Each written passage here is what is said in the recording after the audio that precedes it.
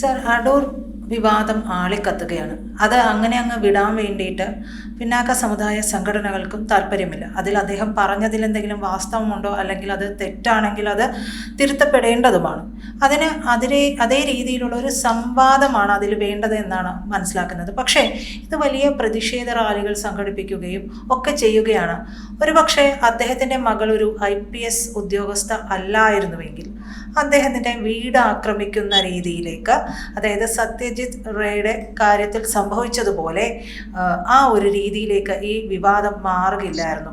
തീർച്ചയായിട്ടും തീർച്ചയായിട്ടും നമ്മൾ മിനിങ്ങാന്ന് കഴിഞ്ഞ ദിവസം അദ്ദേഹത്തിന്റെ തിരുവനന്തപുരത്തെ വീട്ടിന്റെ പരിസരത്ത് കണ്ട സംഭവങ്ങളൊന്ന് നോക്കി. അദ്ദേഹത്തിന്റെ ഒരു പ്രതിമയുണ്ടാക്കി അതിലെല്ലാം ചെരുപ്പ് മാലകളും ഒക്കെ ഇട്ടിട്ട് മുഖത്തടിക്കുകയാണ്. അടൂർ ഗോപാലകൃഷ്ണനെ പുറത്ത് കിട്ടാത്തത് കൊണ്ട്, അദ്ദേഹത്തെ പുറത്ത് കിട്ടാത്തത് കൊണ്ട് ആ റോഡിൽ വന്ന ശേഷം അദ്ദേഹത്തെ മുഖത്തടിക്കുകയാണ്, ആ പ്രതിമയായിട്ട് അടിക്കുകയാണ്. അടിച്ചിട്ടും വൈരാഗ്യം തീരാതെ അവസാനം തീ കത്തിക്കുകയും കൂടെ ചെയ്യുന്നുണ്ട്. ഇതൊക്കെ നമ്മൾ കണ്ടു കഴിഞ്ഞപ്പോൾ നമുക്ക് തോന്നുന്ന ഒരു സംശയമാണിത്. ഒരുപക്ഷെങ്കിൽ അദ്ദേഹത്തിന്റെ മകൾ അശ്വതി IPS, അവർ ആസാം കേഡറാണെന്നാണ് എനിക്ക് തോന്നുന്നത്. ആസാം കേഡറിലെ IPS ഉദ്യോഗസ്ഥയാണ്, പോലീസ് ഉദ്യോഗസ്ഥയാണ്. ഇപ്പൊ ഉയർന്ന സ്ഥാനത്തൊക്കെ എത്തിക്കാണും അവര്.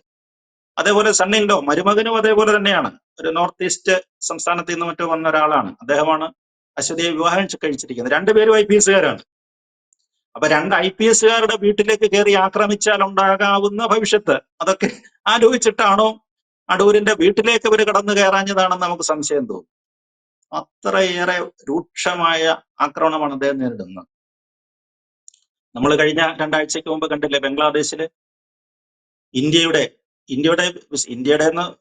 ഇന്ത്യയിൽ ജനിച്ചിട്ടുള്ള, അതേപോലെ തന്നെ ലോകത്തെ ഏറ്റവും വലിയ സിനിമാ നിർമ്മാതാക്കളിൽ അല്ലെങ്കിൽ സിനിമാ സംവിധായകൻ ഒരാളായ, ഇന്ത്യക്ക് ഒരുപാട് അന്തർദേശീയ ബഹുമതികൾ നേടിയിട്ടുള്ള, അതിനപ്പുറത്ത് ഇനി ആരും ഒന്നും സാധിക്കാനില്ല, അത്രയേറെ ബഹുമതികൾ നേടിത്തന്നിട്ടുള്ള സത്യജിത് റായ്, അദ്ദേഹത്തിന്റെ കുടുംബ വീട് ബംഗ്ലാദേശിലാണ്. ബംഗ്ലാദേശിലെ ആ കുടുംബ വീടൊക്കെ തല്ലി തകർക്കുകയാണ്. നമ്മള് പറഞ്ഞില്ലേ, നമുക്കിന്ന് പരിമിതികളുണ്ട്. ഇപ്പൊ അവിടെ പോയിട്ട് അത് പിടിച്ചെടുക്കുന്നതിനോ അത്തരം കാര്യങ്ങൾ ചില പരിമിതികളുണ്ട്. അവിടെ ഈ പറഞ്ഞ പോലെ വിവരമില്ലാത്ത കുറെ ആളുകള്, കുറെ ചെറുപ്പക്കാര്, യാതൊരു വിവരവുമില്ലാത്ത കുറെ ചെറുപ്പക്കാർ അവിടെ വന്നിട്ടുണ്ട്. നമ്മൾ ആവശ്യമുള്ളതൊക്കെ ഒരുപാട് സാംസ്കാരിക നായകന്മാരും ഒക്കെ പലതരത്തിൽ നിന്നൊക്കെ അവരോട് പറഞ്ഞു നോക്കി. പഥേർ പാഞ്ചാലി പോലുള്ള സിനിമ എടുത്തിട്ടുള്ള സംവിധായകനാണ്, നിങ്ങൾ ഒന്ന് കണ്ടു നോക്ക്, അതൊക്കെ ഒന്ന് കണ്ടു നോക്കിയേച്ച് ഈ കുടുംബ വീട് തല്ലി തകർക്കണം എന്നൊക്കെ പറഞ്ഞു നോക്കി. പക്ഷെ നമ്മൾ പറയത്തില്ലേ, ചില കാലന്റെ വാഹനത്തിന്റെ ചെവിയിൽ വേദമോതിയിട്ട് വല്ല കാര്യമുണ്ടോ? ഒരു കാര്യവുമില്ല. അത് തല്ലി തകർത്ത് നാശമാക്കി കളഞ്ഞത്. ഇന്ന് പറഞ്ഞൊരു അനുഭവം ഒരു പക്ഷെങ്കിൽ അടൂരിനും ഉണ്ടായിനി. ഇനിയിപ്പോ അദ്ദേഹത്തിന് മറ്റൊരു വീടുണ്ട് അടൂര് മൗട്ടത്ത്. അദ്ദേഹത്തിന്റെ പേര് അടൂർ ഗോപാലകൃഷ്ണൻ ഉണ്ണിത്താൻ എന്നാണ്.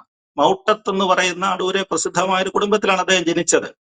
അപ്പൊ അദ്ദേഹം സവർണ ഫാസിസ്റ്റ്, സവർണ മേധാവി, സവർണ ഫാസിസ്റ്റ്, അങ്ങനെയൊക്കെയുള്ള വലിയ വിശേഷണങ്ങളാണ്. എന്തായാലും ഈ മൗട്ടത്ത് കുടുംബത്തിൽ ഇപ്പോഴും അദ്ദേഹത്തിന്റെ ബന്ധുക്കൾ ആരുമാണ് താമസം. അദ്ദേഹത്തിന് അവിടുത്തെ അവകാശങ്ങളൊക്കെ കഴിഞ്ഞു എന്നാണ് എനിക്ക് തോന്നുന്നത്. ഇല്ലായിരുന്നെങ്കിൽ അവിടെയും ചില ആക്രമണങ്ങളൊക്കെ പ്രതീക്ഷിക്കാമായിരുന്നു. എന്തായാലും സംഭവങ്ങളൊന്നും ഇതുവരെ റിപ്പോർട്ട് ചെയ്യാത്തിടത്തോളം കാലം നമുക്ക് സമാധാനിക്കാം. അത്തരം പ്രശ്നങ്ങളൊന്നും ഇനി അവിടെ ഉണ്ടാകത്തില്ല എന്നുള്ളത്. ഈ അടൂർ ഗോപാലകൃഷ്ണനെ നമ്മൾ പറഞ്ഞില്ലേ, നമ്മൾ കഴിഞ്ഞ ദിവസം ഈ സിനിമാ കോൺക്ലേവ് സംഘടിപ്പിച്ചത് നല്ല ഉദ്ദേശത്തോടു കൂടിയാണ്. ഒരുപാട് വിഷയങ്ങൾ അവിടെ ചർച്ച ചെയ്യേണ്ടതുണ്ട്. നമ്മുടെ സിനിമാ മേഖലയിലെ സ്ത്രീകൾ നേരിടുന്ന വിഷയങ്ങളെ കുറിച്ച് പഠിച്ച ഹേമ കമ്മിറ്റിയുടെ റിപ്പോർട്ടുണ്ട്. വളരെ വിശദമായ റിപ്പോർട്ടുണ്ട്. അതിന്റെ കുറച്ച് പേജുകളൊന്നും കാണാനില്ലെന്ന് പറയുന്നു. പോട്ടെ, ഉള്ള പേജുകളെങ്കിലും എടുക്കാമായിരുന്നല്ലോ. പ്രധാനപ്പെട്ട ആരോപണങ്ങൾ വന്ന പേജുകളൊന്നും കാണുന്നില്ലെന്നാണ് പറയുന്നത്. എന്തായാലും ആ ഉള്ള റിപ്പോർട്ട് ഒന്ന് ചർച്ച ചെയ്യാൻ പറ്റിയ ഒരു അവസരമായിരുന്നു അത്. അതിന് സമ്മതിച്ചില്ല. അടൂർ ഗോപാലകൃഷ്ണൻ അവിടെ പ്രസംഗിക്കാൻ വിളിച്ചത് ആരാണ്? അടൂർ ഗോപാലകൃഷ്ണനെ അവിടെ മുഖ്യാതിഥിയായിട്ട് ക്ഷണിച്ചത് സംസ്ഥാന ഗവൺമെന്റാണ്. ഒരു മോശക്കാരനായ, ഇത്രയും ഒരു ഫാസിസ്റ്റായ, സവർണ ഫാസിസ്റ്റായ അദ്ദേഹത്തെ അവിടെ സർക്കാർ വിളിക്കണമെന്നുണ്ടെങ്കിൽ അദ്ദേഹത്തിന് എന്തെങ്കിലും മെറിറ്റ് ഉണ്ടാവും. അല്ലെങ്കിൽ തന്നെ അടൂരിലെ ഈ പറഞ്ഞ കുറച്ചൊക്കെ നല്ല സിനിമകളൊക്കെ എടുത്ത് ഒന്ന് രണ്ട് രാജ്യാന്തര ബഹുമതികളൊക്കെ നേടിയിട്ടുള്ള മറ്റൊരു സംവിധായകൻ ഉണ്ടായിരുന്നല്ലോ, അടൂരിലുണ്ട്. ഡോക്ടർ ബിജു എന്ന് പറയുന്ന ഒരു സംവിധായകൻ ഉണ്ടായിരുന്നു. എന്തിനാ ബിജുവിനെ മാറ്റി നിർത്തിയ അടൂർ ഗോപാലകൃഷ്ണനെ വിളിച്ചത്? അദ്ദേഹത്തിന്റെ പ്രായം കൊണ്ടാണ്. പ്രായമോ മെറിറ്റോ എന്തെങ്കിലും ആയിക്കോട്ടെ. അപ്പൊ കേരളത്തിലെ അല്ലെങ്കിൽ ഇന്ത്യയിൽ അറിയപ്പെടുന്ന ഒരു സംവിധായകനാണ്. സത്യജിത് റായെ പോലെ അദ്ദേഹത്തിന് ഇനി ഒരു അവാർഡ് നേടാനില്ല, 84 വയസ്സുമായി. അങ്ങനെ ഒരു ആളിനെ കൊണ്ട് ഒരു യോഗം, ഒരു കോൺക്ലേവ് ഉദ്ഘാടനം ചെയ്യിക്കാൻ സംസ്ഥാന സർക്കാർ വിളിക്കുമ്പോൾ അതിനകത്തിൽ അവർ ദുരുദ്ദേശമൊന്നും കാണുമെന്ന് എനിക്ക് തോന്നുന്നില്ല. പക്ഷെ ദുരുദ്ദേശം മനസ്സിലുണ്ടായിരുന്ന ആരൊക്കെയോ അവിടെ ഉണ്ടായിരുന്നു. അതുകൊണ്ടാണല്ലോ വളരെ കൃത്യമായി പോയൊരു പ്രസംഗം. ഒരു തരത്തിലും നമ്മൾ പറഞ്ഞില്ലേ, വ്യാഖ്യാനിക്കുകയാണെങ്കിൽ ഒരു തരത്തിലും ദോഷമുണ്ടാകാത്ത പോയൊരു പ്രസംഗം. അത് അങ്ങനെ സംസാരിക്കത്തുള്ളൂ. അത് വിവരമില്ലാത്ത ആളുകളൊന്നും അല്ലല്ലോ അവരാരും. അതിനെ ദുർവ്യാഖ്യാനം ചെയ്തു. ദുർവ്യാഖ്യാനം ചെയ്തിട്ട് 2-3 ദിവസം കൊണ്ട് ചർച്ചയും ബഹളവുമാണ്. ആർക്കാണ് ഈ ഗ്രാന്റ് കൊടുക്കാനായിട്ട്, അല്ലെങ്കിൽ സബ്സിഡി അനുസരിച്ച് തുക കൊടുക്കാനായിട്ട്, അല്ലെങ്കിൽ കുറച്ച് 1.5 കോടി രൂപ കൊടുക്കാൻ തീരുമാനിച്ചത് കേരളത്തിലെ പിന്നോക്ക സമുദായത്തിൽപ്പെട്ട SC ST വിഭാഗത്തിൽപ്പെട്ട സംവിധായകർക്കാണ്. പുതിയതായിട്ട് വരുന്ന സംവിധായകർക്ക് കൊടുക്കാനാണ് തീരുമാനിച്ചിരുന്നത്. നല്ല കാര്യമാണ്. അദ്ദേഹം നല്ല കാര്യമാണെന്ന് അദ്ദേഹം പറയുന്നുണ്ട്. നല്ല കാര്യമാണ് അത് ചെയ്യാൻ പോകുന്നത്. അതിനകത്തൊരു തെറ്റുമില്ല. പിന്നെ അദ്ദേഹം നിർദ്ദേശിച്ച ആകെ ഒരു ഭേദഗതി, ഒരാൾക്കാട്ടി 1.5 കോടി കൊടുക്കാതെ 50 ലക്ഷം വീതം 3 പേർക്ക് കൊടുക്കുക. പക്ഷെ ഇത് ഉപയോഗിച്ച വാക്കാണ് കുഴപ്പമെന്ന് പറയുന്നത്. ഗവൺമെന്റിന്റെ നോട്ടീസിലും അറിയിപ്പിലും ഒക്കെ അങ്ങനെ കൃത്യമായിട്ട് പറയുന്നുണ്ട്, ഇന്ന ഏത് സമുദായത്തിനാണ് കൊടുക്കുന്നതെന്ന് പറയുന്നുണ്ട്. ആ വാക്ക് എന്തിന് അടൂർ ഗോപാലകൃഷ്ണൻ ഉപയോഗിച്ചു എന്നുള്ളതാണ് ചോദ്യം. അദ്ദേഹം പോലുള്ള സവർണൻ ഗോപാലകൃഷ്ണൻ ഉണ്ണിത്താൻ എന്തിനാണ് അങ്ങനെ ചോദിച്ചത്?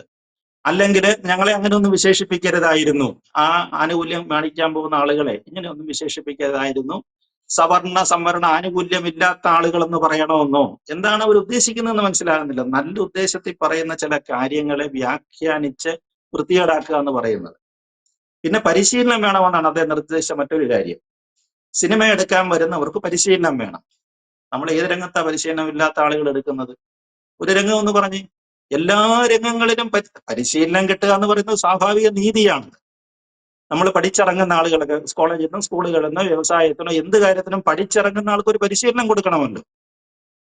ആ പരിശീലനം ഒരു 3 മാസത്തെ പരിശീലനം അവർക്ക് കൊടുക്കണം. അതിനകത്തിൽ വനിതയുടെ പേരും അദ്ദേഹം പറഞ്ഞുപോയി. അതിപ്പോ അദ്ദേഹം വനിതാ വിരോധിയായിട്ട് മാറുകയാണ്. അത്തരമുള്ള വനിതകള് സ്ത്രീ വിരോധിയായിട്ടും അദ്ദേഹത്തെ മാറ്റിമറിച്ചിരിക്കുകയാണ്. ഇനിയിപ്പോ ഈ പറഞ്ഞതുപോലെയാണ്, നമ്മുടെ സംസ്ഥാന സർക്കാർ വിമാനം ഓടിക്കാനോ ട്രെയിൻ ഓടിക്കാനോ ആയിട്ട് ആർക്കെങ്കിലും സഹായം കൊടുക്കാൻ പ്രഖ്യാപിച്ചു കഴിഞ്ഞാല് അവർക്കും പരിശീലനം വേണ്ടെന്ന് പറയുമോ? ഇത്തരം ആളുകളൊക്കെ ആണെങ്കിൽ, വനിതകളാണെങ്കിൽ എന്തൊക്കെ തരത്തിലുള്ള വ്യാഖ്യാനങ്ങൾ അവർ വിഷയത്തിലേക്ക് കൊണ്ടുപോയിരിക്കുന്നത് നോക്കുക. പിന്നെ അദ്ദേഹത്തിന്റെ ഭാഗത്തു നിന്നുണ്ടായ അത് നമ്മൾ തെറ്റിനെ തെറ്റെന്ന് തന്നെ പറഞ്ഞെങ്കിലേ പറ്റുകയുള്ളൂ. അവിടെ എഴുന്നേറ്റ് നിന്ന് സംസാരിച്ച പുഷ്പവതി എന്ന് പറയുന്ന ഗായിക, അവര് കേരള സംഗീത നാടക അക്കാദമിയുടെ വൈസ് ചെയർപേഴ്സൺ ആണ്. അവർ ഗായികയാണ്.